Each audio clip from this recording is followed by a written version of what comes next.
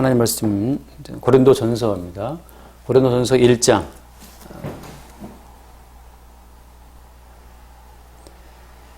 고린도전서 1장 1절로 3절까지 보겠습니다.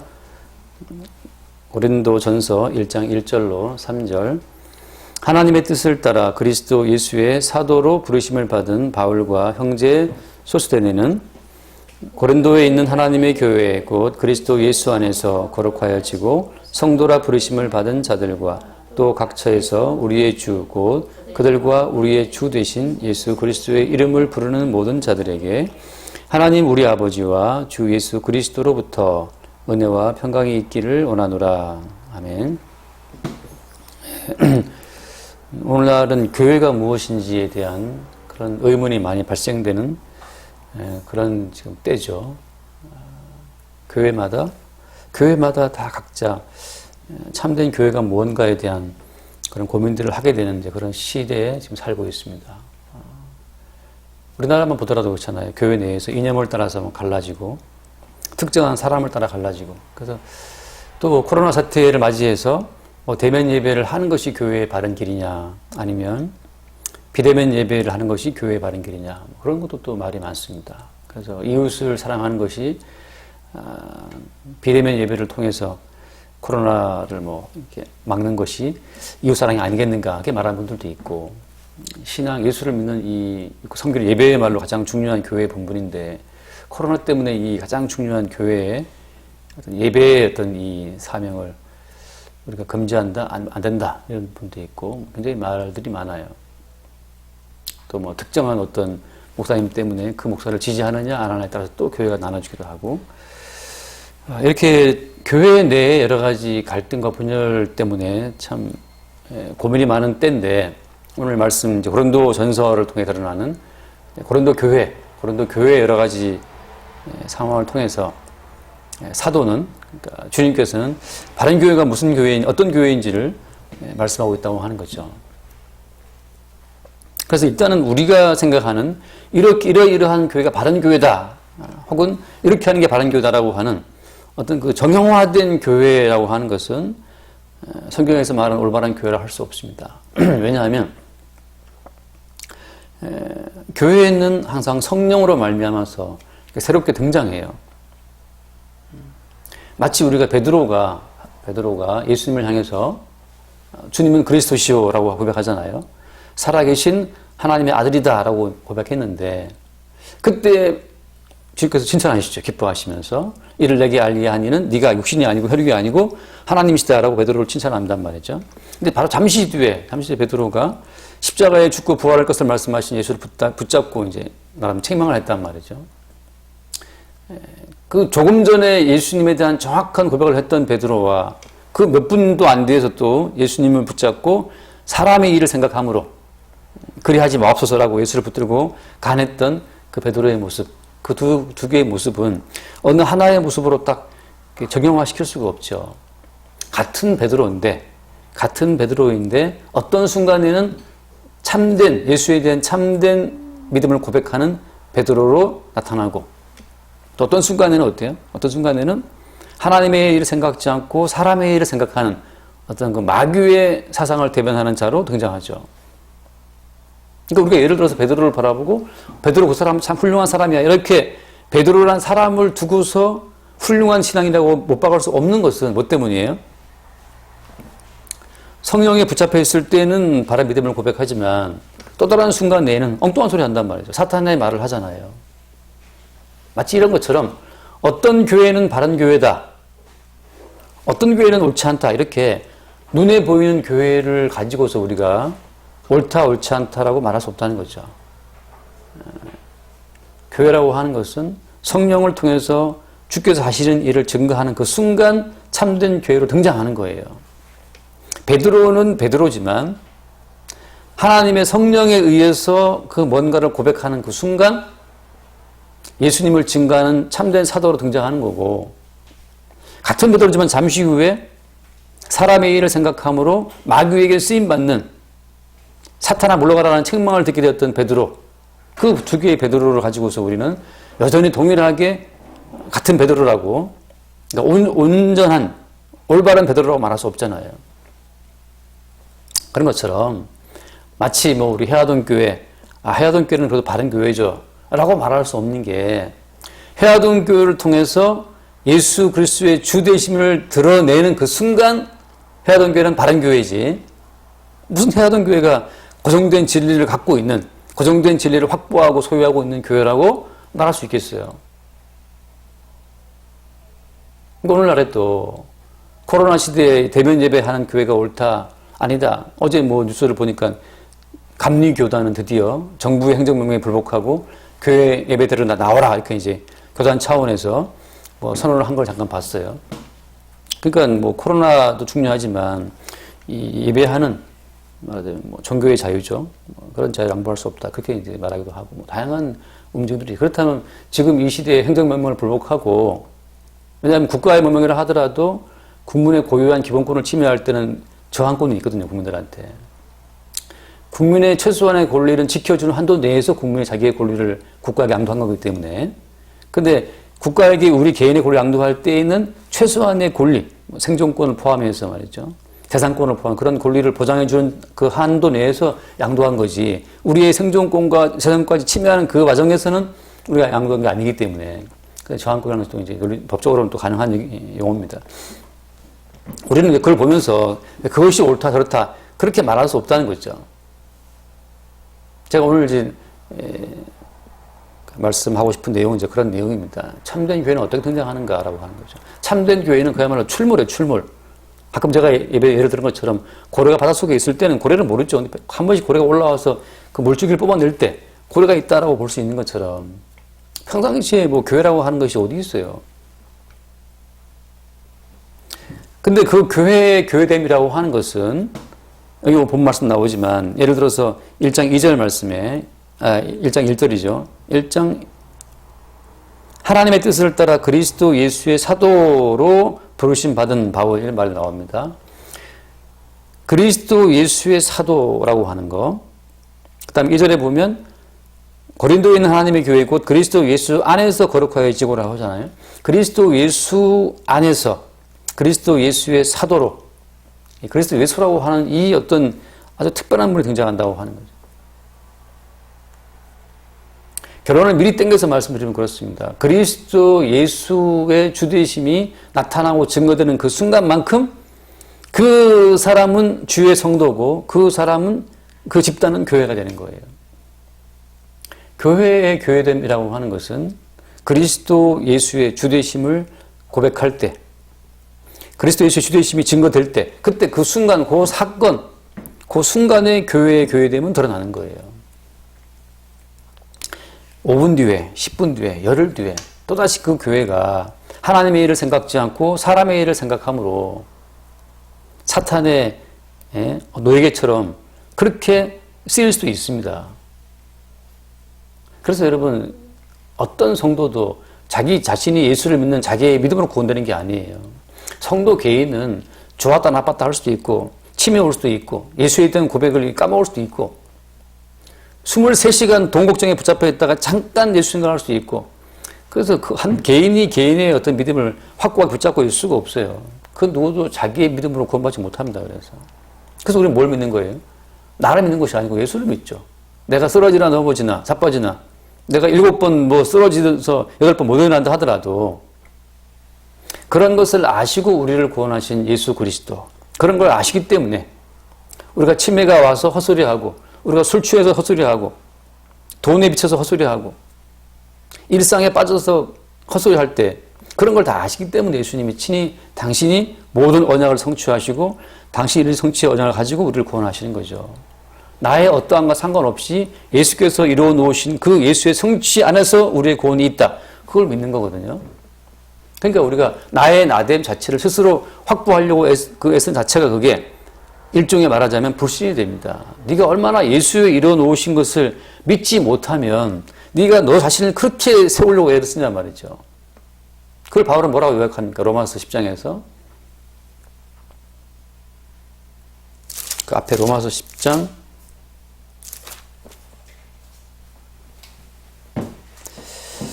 10장에 보면, 예를 들면 10장 2절에 내가 증언하노니 그들이 하나님께 열심히 있으나 올바른 지식을 따른 것이 아니다. 유대인들이 열심히 하나님을 섬겼잖아요. 열심히 최선을 다해서. 근데 어때요? 올바른 지식을 따른 것이 아니라는 거죠. 자기 의를 세우려고, 그 뒤에 말씀, 하나님의 의를 모르고 자기 의를 세우려고 힘써 하나님의 의에 복종하지 아니했다라고 하거든요. 자기 의를 세우려고 뭔가 자기 나름대로 완벽한 의로운 사람이 되어보겠다는 거죠. 그 얼마나 하나님의 의를 모르고 무지하고 하나님께서 예수의 십자가의 피를 통해서 친히 준비해 놓으신, 그죠? 하나님이 예수의 십자가의 희생을 통해 친히 준비해 놓으신 율법 외에 그 다른 의, 그 다른 일을 그렇게 믿지 못했으면 그 자기 의를 열심히 세우려고 그렇게 애를 쓰는 거예요. 그 믿음이 없는 거죠. 지식을 따른 것이 아니고. 그리스도는 모든 믿는 자에게 의를 이루시기 위하여 율법에 마침하셨다. 믿는 자에게 뭘 믿는 겁니까? 자기 자신의 의로운 가능성을 믿는 거 아니잖아요. 교회의 교회됨이라고 하는 것도 그 교회에 의롭게 될 수 있는 그 교회의 어떤 그 의롭게 될 가능성을 믿는 게 아니에요. 그래서 오늘 나오는 고린도전서에 나오는 이 고린도 교회에 바울이 써서 보는 편지 형식이란 말이죠. 역사상 가장 시끄럽고 가장 말썽 많고 가장 문제가 많았던 교회가 고린도 교회였어요. 이 고린도 교회에 파벌이 있었고, 뭐 바울에게, 아볼로의 게바에게 파벌이 있었고, 음행의 문제가 있었고, 교인들 간에 서로 뭐 고소 고발 문제가 있었고, 우상 제물에 대한 문제가 있었고, 아무튼 교회에서 벌어질 수 있는 모든 문제가 다 고린도 교회에 다 있어서 그 다 표출되었어요. 성경에서 왜 이렇게 문제 많고 탈 많은 고린도 교회 이야기를 성경에 버젓이 넣어놨냐라고 하는 거죠. 이 고린도 교회의 문제를 보면서 오늘날 접근할 때 어떤 분들은 이 고린도 교회 교인들처럼 이렇게 하지 말자 말이지. 야, 파벌을 짓지 말자. 음행하지 말자. 뭐 살인하지 말자. 이렇게 나오는 그런 접근 방법을 많은 분들이 취하는데 그 어때요? 그 역시 잘못된 거죠. 말할 것도 없이. 왜 그렇습니까? 하나님이 고린도 교회의 많은 문제점들을 노출시키신 이유는 이렇게 수없이 많은 나름 예수를 믿노라 하고 모인 교인들도 이렇게 문제가 많다. 이렇게 문제가 많기 때문에 그 누구도 자기의 능력과 자기의 힘으로 유대인들처럼 힘써 자기의 의를 세우려고 아무리 노력한다 하더라도 어때요? 하나님이 원하시는 온전한 의에 이룰 수 없다는 거죠. 그래서 어때요? 그래서 율법의 마침이 되시는 예수 그리스도의 그분의 의로만 구원이 되고 그 예수 그리스도의 의로만 받은 자들이 그 예수 그리스도의 의만을 고백할 때 그때 참된 교회로 등장한다고 하는 거죠. 제가 방송을 봤어요. 방송에 보니까 이제 말하자면 그렇죠. 코로나 시대에 대면 예배를 이제 하는 그 교회가 옳으냐 아니면 이제 비대면 온라인 예배 그것이 옳으냐라고 그걸 이제 4명의 패널이 나와서 서로 토론하는 걸 잠깐 지켜봤는데 거기 이제 뭐 목사님도 나오고 목사님 나오고 뭐 시민 단체 나오고 그래서 막 토론을 하는데 제가 보고 뭘 느끼냐 하면 아주 간단하죠. 둘 다 참된 교회가 아니에요. 이 어려운 시대에 이웃에게 코로나를 전파하면 되겠습니까? 교회가 이웃사랑을 실천해야죠. 당연히 예배 멈춰야 됩니다. 이렇게 주장하는 이제 분들이 있는 거죠. 그리고 뭐 교회가 죄송합니다 어쩌고 하면서.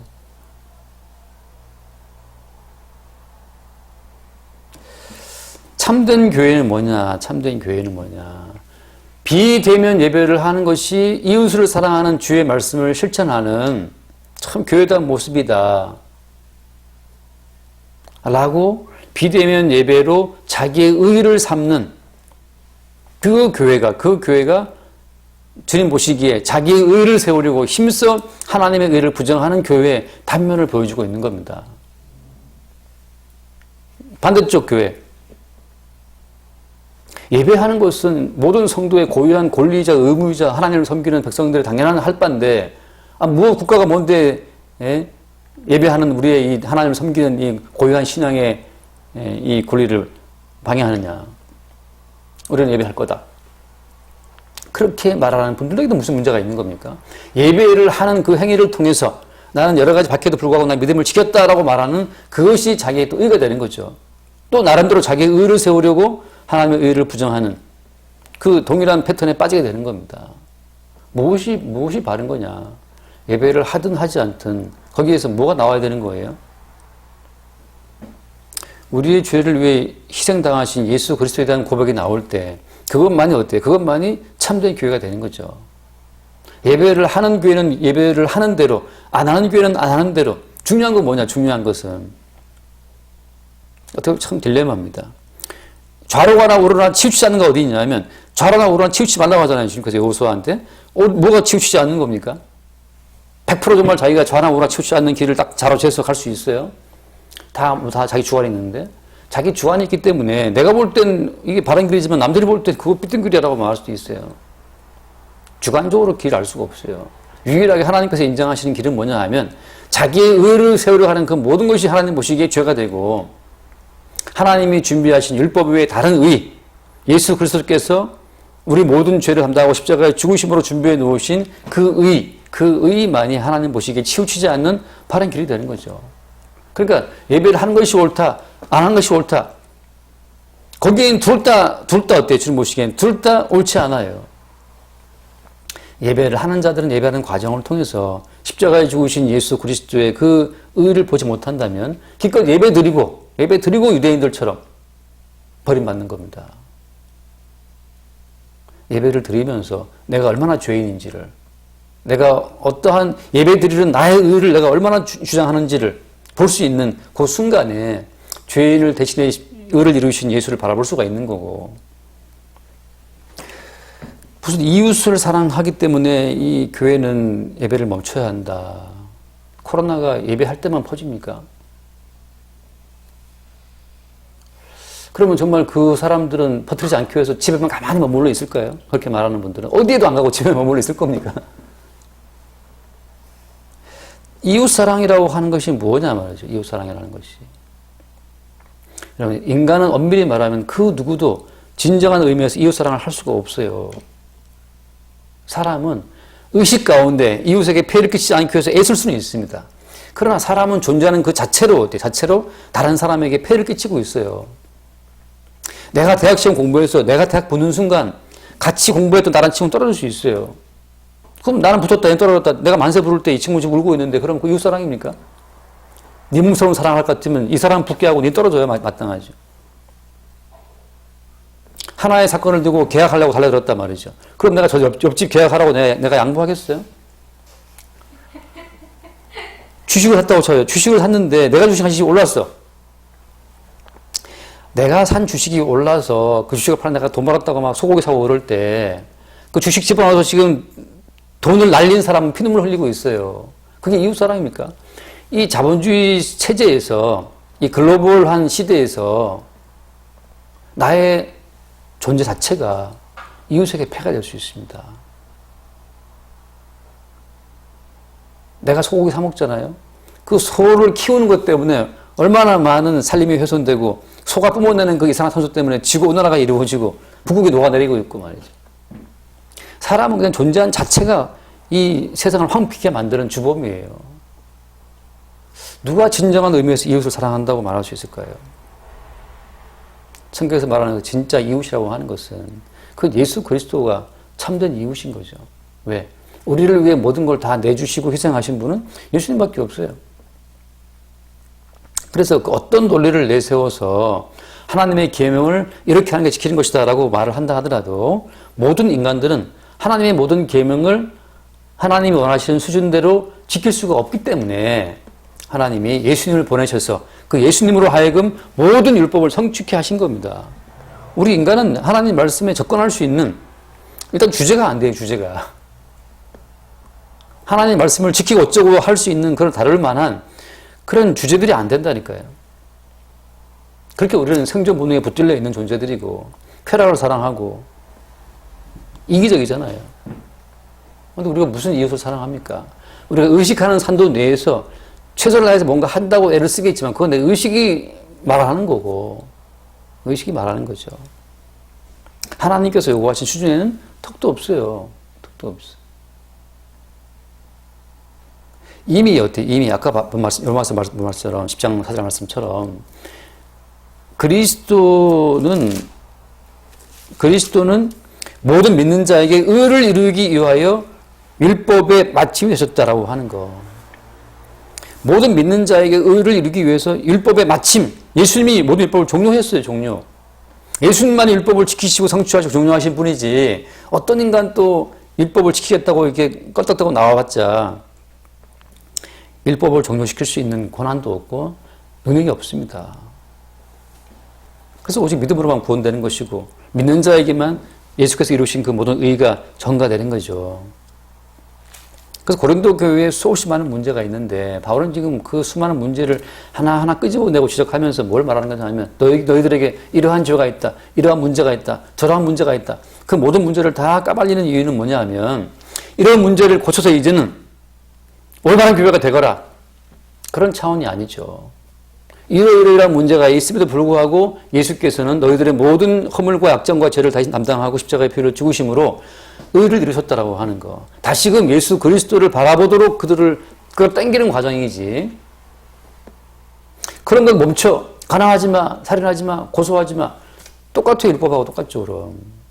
여전히 오늘날 교회가 이걸 바라보면서 가늠하지 않기 위해, 살인하지 않기 위해서, 음행하지 않기 위해서, 우상의 셈을 먹지 않기 위해서 뭐 오만 애를 쓴다 하더라도 그럼 또 다시 돌아가는 거예요. 율법적으로. 예수께서 율법을 마쳐나셨는데 율법을 마치신 예수님의 그 의를 신경 쓰지 않고 또 자기의 의에 매몰되는 겁니다. 나는 음행하지 말아야지. 우상 숭배하지 말아야지. 파벌을 이루지 말아야지. 또 자기를 돌아보고 자기 자신의 의를 세우려고 애를 쓰는데 다시 또 구약으로 또 뭡니까? back to the 구약이죠. 그래서 오늘 말씀 가운데 1장 1절에 하나님의 뜻을 따라 그리스도 예수의 사도로 부르심 받은 바울이라는 말이 나오지 않습니까? 하나님의 뜻은 어디에 있냐면 하나님의 뜻은 그리스도 예수 안에 다 집결되어 있어요. 그리스도 예수 안에. 그리스도 예수의 사도. 다시 말하면 그리스도 예수를 나타내고 증거하기 위해서 부름받은 자가 바울이고 그 바울이 지금 사도 고린도 교회에 편지를 보냄으로써 자기의 신분을 하나님께서 나를 보내신 것이 아니라 누가 보냈다는 겁니까? 그리스도 예수께 나를 보냈다라고 하는 거죠. 이게 참 중요해요. 사람들은 하나님을 섬기려고 하잖아요. 하나님을 내가 섬기려고 한다는 거죠. 하나님과 내가 딱 마주보고 말이죠. 내가 하나님을 섬겨드리겠습니다. 하나님 복 받겠습니다. 이렇게 하나님과 마주 앉아 겸상하려고 하는 이 자체가 이게 벌써 이게 구약적이고 이게 벌써 마귀적입니다. 우리는 하나님과 마주 앉아서 겸상할 입장이 못 된다는 거죠. 그럼 우리는 다 죽습니다. 하나님의 거룩함 앞에 설 수 있는 자가 아무도 없기 때문에 다 죽는 거죠. 그래서 왜 굳이 하나님과 마주 앉아서 하나님 앞에 뭔가 하려고 그러느냐 말이죠. 왜 그러겠어요? 아직 자기 속에, 아직 나에게 12척의 배가 있다고 했던 이순신 장군처럼 말이죠. 아직 나에게 하나님과 마주 앉을 만한 뭔가 의로운 구석이 있다고 생각하는 이 진짜 오버하는 거죠. 주제넘는 생각이죠. 우리는 하나님 앞에 나가 설 수 있는 어떤 의로운 구석이 12조각도 아니고 한 조각도 없어요. 하나님 앞에 나가 설 수 있는 어떤 구석이 없다는 거죠. 하나님과 맞대응해서 뭔가 그분 앞에 뭔가 드릴 만한 의로움이 하나도 없다는 그 사실을 예수의 십자가가 증거해 주는 거예요. 한번 따라 합시다. 우리에게는 예배할 권리가 없다. 하나님 앞에 나가서 하나님 저 왔습니다. 받아주이소 하고 나갈 그런 권리가 없다니까요. 그걸 누가 보여줘요? 그걸 가인이 보여주죠. 가인이 뭔가 농사를 가지고 나갔잖아요. 하나님이 안 받았어요. 뭐도 안 받았어요? 가인도 안 받고 그 재물도 안 받았습니다. 니까짓 게 뭔데 내 앞에 나와서 받으라 마라. 나 니 거 안 받아. 우리가 하나님께 나와서 예배한다? 우리가 무슨 권리로 예배를 하고 우리가 무슨 주제가 된다고 하나님께 나올 수 있습니까? 지금 나가서 이재용 만나러 가보세요. 이재용도 만날 수 있습니까 우리가? 안 만나줍니다. 안 만나줘요. 그럼 뭐 미국 가서 애플 지금 회장 팀쿡 팀쿡 만나러 왔다 하고 그럼 팀쿡이 만나주겠어요? 대통령 만나러 갔다 대통령 만나주겠어요? 청와대에서부터 이미 딱 잘려줘요. 뭐. 왜 만나려고 그러면 약속이 있느냐. 불러주지 않느라 만날 수 없는 게 이 일반 시민들이잖아요. 조그만 게 목사야 뭐 와서 뭐 만날 수 있고 그러는데 큰 게 목사도 만나기 힘들어요. 다 비서를 통해서 작업해서 움직이는 분들이기 때문에 근데 사람 만나는 것도 이게 쉽지 않은데 하나님 만나는 걸 아주 쉽게 알고 내가 나가서 예배하면 받아주시겠지. 코로나 사태에 불구하고 내가 믿음 받고 나가서 저 왔습니다. 저는 모든 박해를 무릅쓰고 내가 왔습니다. 그럼 하나님께서 아이고 네가 왔구나. 코로나 시대에 이 많은 그날부터 왔다고 하나님 뭐 기뻐 얼른 안아주시겠어요. 네 생각이고 네 정성이고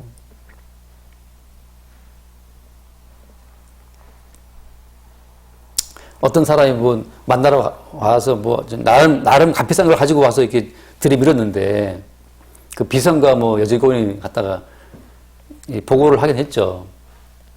버려라. 그냥 버렸다는 거 아니에요. 그런 뭐 싸우러 들고 와서 한다고 해서 그 얼른 호응해 줄 그런 분도 아닌 것처럼 우리의 정성과 헌신을 받으시는 거 안 받았습니다. 그걸 가인이 보여주는 거예요. 그럼 아벨은 왜 받아요? 아벨은 뭘 인정하는 겁니까? 하나님 앞에 나는 요만한 의도 없고 그냥 죽어마땅한 존재입니다. 라고 죽어마땅한 존재임을 갖고 자기 대신 죽임당한 어린 양의 첫 새끼를 갖고 나간 거죠. 하나님, 제가 볼 때 나는 하나님 보시기에 이렇게 양처럼 찢겨서 죽임당해 마땅하다는 그 자기 죽음만 턱 내놓은 거예요. 그걸 인정하시는 거야. 네가 네 주제를 안 해. 그 죽임당한 나를 대신해 죽임당한 찢긴 그 어린 양의 희생이라고 하는 것이 그것이 예수의 십자가의 피를 죽으심으로 그게 완성이 되는 실체였잖아요. 그 먼 옛날에 소급해서 성령 안에서 아벨은 자기 대신 죽임당한 어린 양 예수를 내어놓음으로 말미암아서 그 죽음 안에 자기가 끼어 묻혀 들어감으로 말미암아서 그 죽음에 참여함으로 말미암아서 하나님 앞에 드려진 자가 된 거죠. 그러니까 오늘날 교회 나와서 코로나 예배 뭐 시대 예배를 했네 안 했네 나는 그래서 이웃을 위해서 내가 뭐 비대면 예배를 하냐 안 하냐 다 비겁한 변명들입니다. 비겁한 변명들이에요. 무지한 변명들이고 비겁한 변명들이죠. 차라리 TV에 나왔으면 이 코로나 시대 예배를 하나 안 하나 그게 중요한 것이 아닙니다. 우리 모두가 다 죄인이고 죄인 죽으신 예수 그리스도를 발견하고 고백하는 거. 집에서 예배를 하나 나와서 예배를 하나 십자가에 피 흘려 죽으신 예수 그리스도를 발견하는 그것만이 참된 예배입니다. 이렇게 말할 때 바로 그 시간에 예수가 증거되는 거잖아요.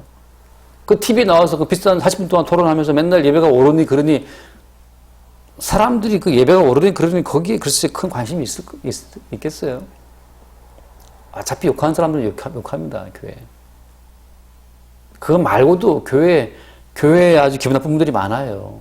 또 반대로 어때요? 그거 아니라도 또 교회에 고마움 느끼는 분들이 많고, 정말 교회를 통해서 뭔가 바뀐 분도 많고, 교회에 나갔다가 진짜 뒷 분도 많고, 다양한 인간이 있습니다. 그것으로 뭐 되는 게 아무것도 없어요. 참된 교회라고 하는 것은 그리스도 예수 사도로 불신받은 바울처럼 또 뒤에 있는 말씀 나오죠. 2절에 고린도에 있는 하나님의 교회는 교회 곧 그리스도 예수 안에서 거룩하여지고 그리스도 예수 안에서 거룩하여진 그 사람들이 모인 것이 교회잖아요. 교회라는 것은 코로나 시대에 집에서 모이나 밖에서 모이나 안에서 모이나 그게 그런 형태가 중요한 것이 아니고 죄인됨을 발견함과 동시에 그러니까 밖에 있으나 안에 있으나 죄인됨을 발견하게 되는 것이 중요한 것이고 그 죄인됨이 발견될 때 죄인들을 위해 죽으신 예수 그리스도를 고백하는 그 고백하는 현장이 그것이 예배의 현장이다. 그렇게 말할 때 그 순간 예수님이 증거되는 거죠. 뭐 다 똑똑하신 분들이고 많이 배우신 분들이고 큰 교회 분들 나가서 토론하는 거지만 그런 뭐 배웠다 교회가 크다 작다 그런 문제가 아니라 그리스도 예수 안에서 거룩하여진 것이 교회라고 하는 거. 지금도 그 거룩은 현재형으로 이루어지고 있다고 하는 것을 고백하는 그게 고백이 중요한 거죠. 그거 없이 나와서 1시간 동안 토론을 할 때 뭐 이렇게 저렇게 말들이 많은데 예배한다고 비난한 당신들도 죄인이고 모두가 다 우리는 타인을 비난하고 원망하고 타인에게 책임을 전가시키고 싶고 뭔가 타인에게 핑계대서 뒤집어 씌우고 싶은 그 욕망이 다 있는 죄들이다 우리가. 그래서 예수님이 피를 죽으신 것이고 어디에 있으나 그 십자가에 우리 대신 피를 죽으신 예수 그리스도를 경배하고 찬미할 때 감사하게 될 때 그게 진정한 예배의 현장이다.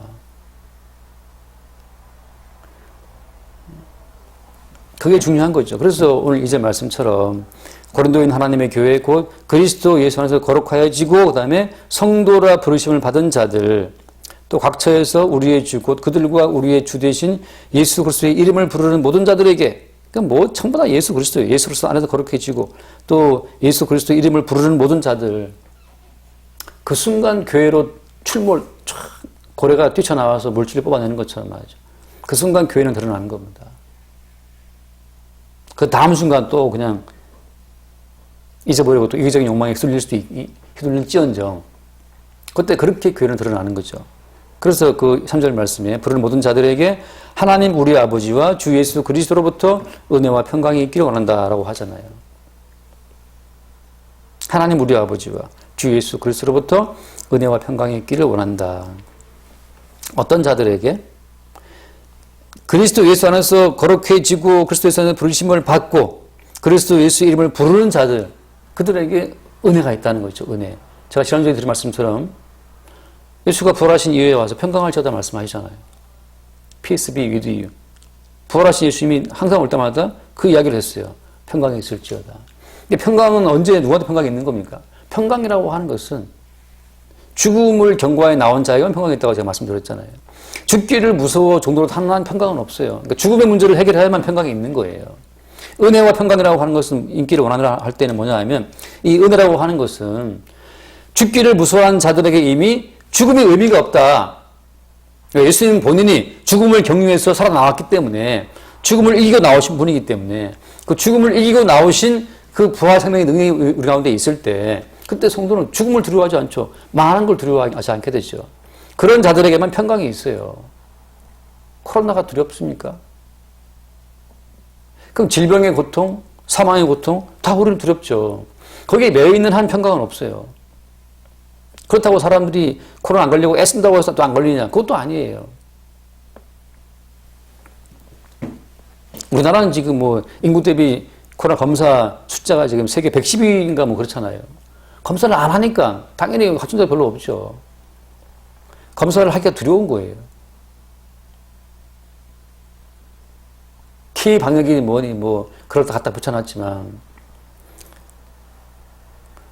미국이나 다른 나라들처럼 인구 대비 검사 수를 올려버리면 훨씬 더 나오게 돼 있습니다. 이 검사를 안 해서 조그맣게 안 나온 이거 가지고서 뭐 방역이 어떻다니 이렇게 홍보하는 자체가 이게 낯뜨겁죠. 그럼 뭐 우리는 검사 이 코로나를 피하면 다른 것도 안 들었겠어요? 항상 우리 인간은 죽기를 무서움으로 일생에 매서 정도를 하기 때문에 뭐 사업 망할까 돈 못 벌까봐 어디 아플까봐 죽을까봐 걸릴까봐 코로나 걸려서 또 남들한테 욕먹을까 싶은 뭐 온갖 두려움 투성이에요. 그런 자들에게는 평강이 있을 수가 없죠. 이 은혜는 뭐냐? 은혜라고 하는 것은 주 예수 그리스도로부터 은혜라고 할 때 은혜는 뭡니까? 주 예수 그리스도 그분이 우리가 감당해야 될 모든 공포와 두려움과 수치와 괴로움을 다 뒤집어 쓰고 십자가에 죽었다고 하는 거예요. 코로나 걸려서 만약에 사람들이 그냥 손가락에 비난을 한다 말이죠. 코로나에 걸려서 확진자가 되어서 사람들이 비난하고 할 때 그 비난 자체를 이미 받으신 분이 그분이 예수님이에요. 그러니까 오늘날 교회가 코로나 때 욕먹는다. 이미 십자가에 벌거벗고 수치를 당하고 부끄러움 당하신 그 죄인 중에 괴수처럼 여김받았던 귀신 들린 자로 여김받았던 그 예수의 수치 강도들과 함께 못 박혀온 알면 강도 중에 하나처럼 취급받았던 그 예수의 수치에 교회는 참여할 수 있는 교회로 말하자면 부르심 받은 거죠. 그럼 교회가 항상 칭찬만 들어야 되겠어요? 이게 얼마나 이기적인 마음이에요. 예수님은 지금 오해를 받고 수치를 당하고 못 받게 피려고 있는데 교회는 항상 칭찬만 들으려고 대한민국 교회 훌륭한 교회 착한 교회 뭐든 욕을 안 먹으려고 그렇게 한단 말이죠. 왜 이렇게 욕을 안 먹으려고 저도 사실은 욕 안 먹으려고 애를 쓰는 사람인데 성경에서 말하는 교회라고 하는 것은 언제 은혜가 있느냐. 온갖 수치를 받고 뻘거 벗김을 당하고 채찍맞고 죽으신 그 예수와 함께 있을 때 그때 교회는 세상의 손가락질과 비난이 두렵지가 않은 거예요. 왜? 우리가 섬기는 예수님도 세상으로부터 욕먹은 분이기 때문에. 예수님이 뭐 죄가 있어 욕먹었어요? 아니잖아요. 우리는 비록 죄가 있어 욕을 먹어도 어때요? 죄가 있어 그걸 먹는다 하더라도 예수의 십자가의 고난을 생각하고 그 고난에 참여하는 그 즐거움으로 알아서 그걸 감수한다면 거기서 우리 또 나름대로 예수와 함께하는 좋은 기회를 주님께서 우리에게 제공해 주신 겁니다. 평생을 살면서 욕 한마디 안 먹고 살아갈 수 있냔 말이죠.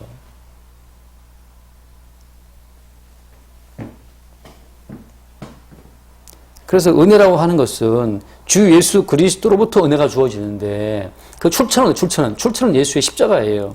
그분이 고난받고 수치당하고 오해를 받고 멸시를 받고 십자가에 죽는 그 완전히 그냥 까발려진 그 속에서부터 은혜가 오른다는 거죠.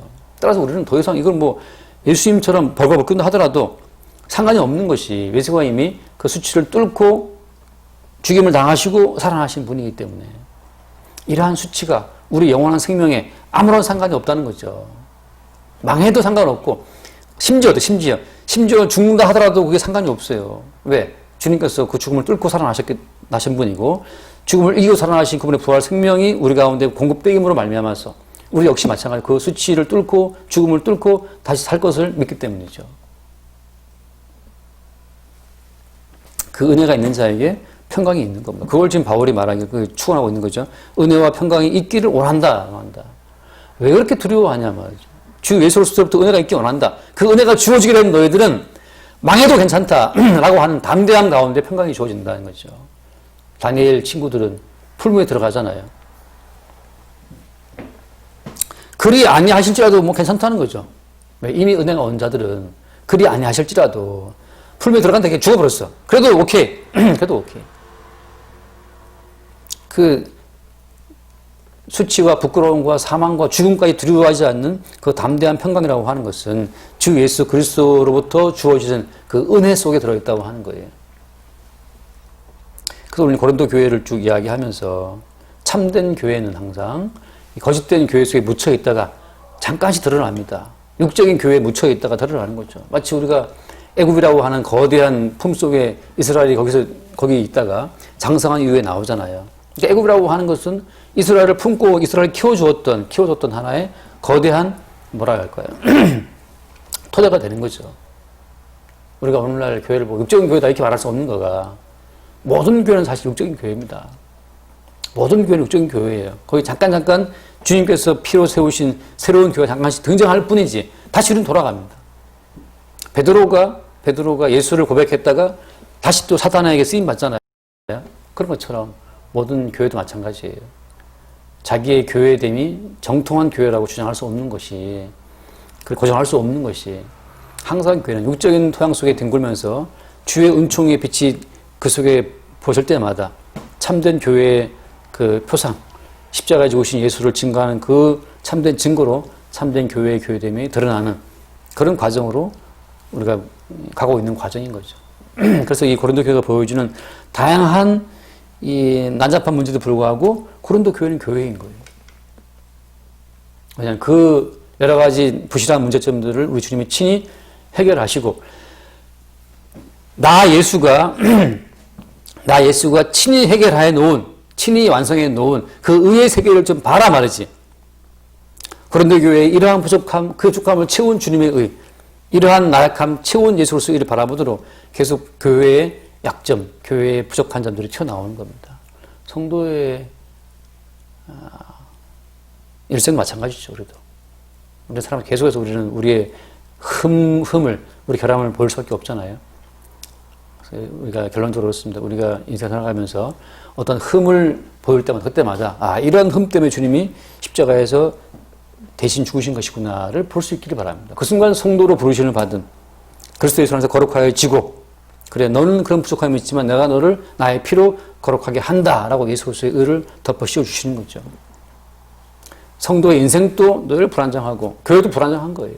그러나 그 불안정함 때문에 괴로워할 필요가 없는 것이 그 불안정하기 때문에 주의 완전하신 의가 항상 준비되어 있고 그 의가 증거되는 겁니다. 그래서 우리는 불안정하지만 예수님은 완전하시다. 그걸 우리 말할 수밖에 없죠. 그게 이제 예수 그리스도를 증거하는 예수 그리스도 이름을 부르는 모든 성도의 삶이 되는 겁니다. 그래서 우리는 우리 개인의 약점이 드러날 때마다 오히려 기뻐하시기 바랍니다. 이런 약점 때문에 나로서는 안 되고 주님이 친히 십자가의 피를 죽으신 것이구나 라고 예수의 십자가의 피의 의를 더듬으시기를 바라요. 그것이 완전한 거예요. 교회의 약점 드러날 때마다 우리 교회에 이런 문제가 있구나. 이런 문제가 있기 때문에 우리 교회는 참다운 교회가 될 수가 없지. 그래서 예수님이 친히 십자가의 피로 죽으시는 그 의로움으로 말미암아 그 의로움으로 덮어 씌워진 참된 교회를 준비하시는구나 라고 예수 그리스도의 이름을 부르는 그 순간 그 교회는 어때요? 자기의 의가 아니고 예수 그리스도의 의를 덮어 씌운 참된 교회로 하나님 앞에 인정되는 거죠. 인정. 어린 양의 죽음을 앞세워 나간 아벨처럼 하나님 앞에 그 제물과 아벨을 연합된 것처럼 죽임당하신 예수의 죽음을 안고 나가는 자들이 같이 연합되는 겁니다. 그래서 여러분 진짜 교회는 윤리적으로 바르고 온전하고 뭐 이선하고 그런 교회가 바른 교회가 아니에요. 구제 많이 하고 그 바른 교회가 아닙니다. 바른 교회는 어떤 교회예요? 바른 교회는 십자가에 죽으신 예수 그리스도의 피를 덮어 쓰고 있는 교회가 하나님 보시기에 가장 완벽한 교회예요. 완전한 교회입니다. 예수 그리스도의 십자가의 피의 의를 덮어 쓴 그 교회가 가장 완전한 교회예요. 그래서 그 교회는 뭘 말하는 겁니까? 우리는 약하고 우리는 부족하나 예수께서 우리를 대신하여 피 흘려 죽으심으로 하나님이 기뻐하시는 의를 이루었습니다라고 예수님의 십자가의 피만을 들이밀 때, 그것만을 고백할 때 그게 완전한 교회고 완벽한 교회가 되는 거예요. 고린도 교회를 이제 전설을 시작하는 입장에서 우리가 이제 고린도 교회를 바라보는 기본적인 관점, 그것이 그들의 어떤 행위가 아니고 그들의 연약한 행위를 덮어 씌운 예수의 피에 있다는 사실을 우리가 기본적으로 이제 생각하면서 앞으로 고린도 전설을 말씀 보도록 하겠습니다. 기도하겠습니다. 존귀하신 주님, 하나님의 뜻이 그리스도 예수 안에 있었고 그리스도 예수 안에서 부르심 받은 그 바울이 고린도 교회를 향해서 다시 한번 그리스도 예수의 십자가의 피를 바라보도록 고면하고 있다는 이 사실을 우리가 오늘날 바라봅니다. 우리도 이처럼 매 순간 우리의 약점에도 불구하고 예수의 피로 우리를 의롭다 하시는 하나님의 그 사랑만 바라볼 수 있도록 축복하여 주옵소서. 우리 주 예수 이름으로 기도드립니다. 아멘.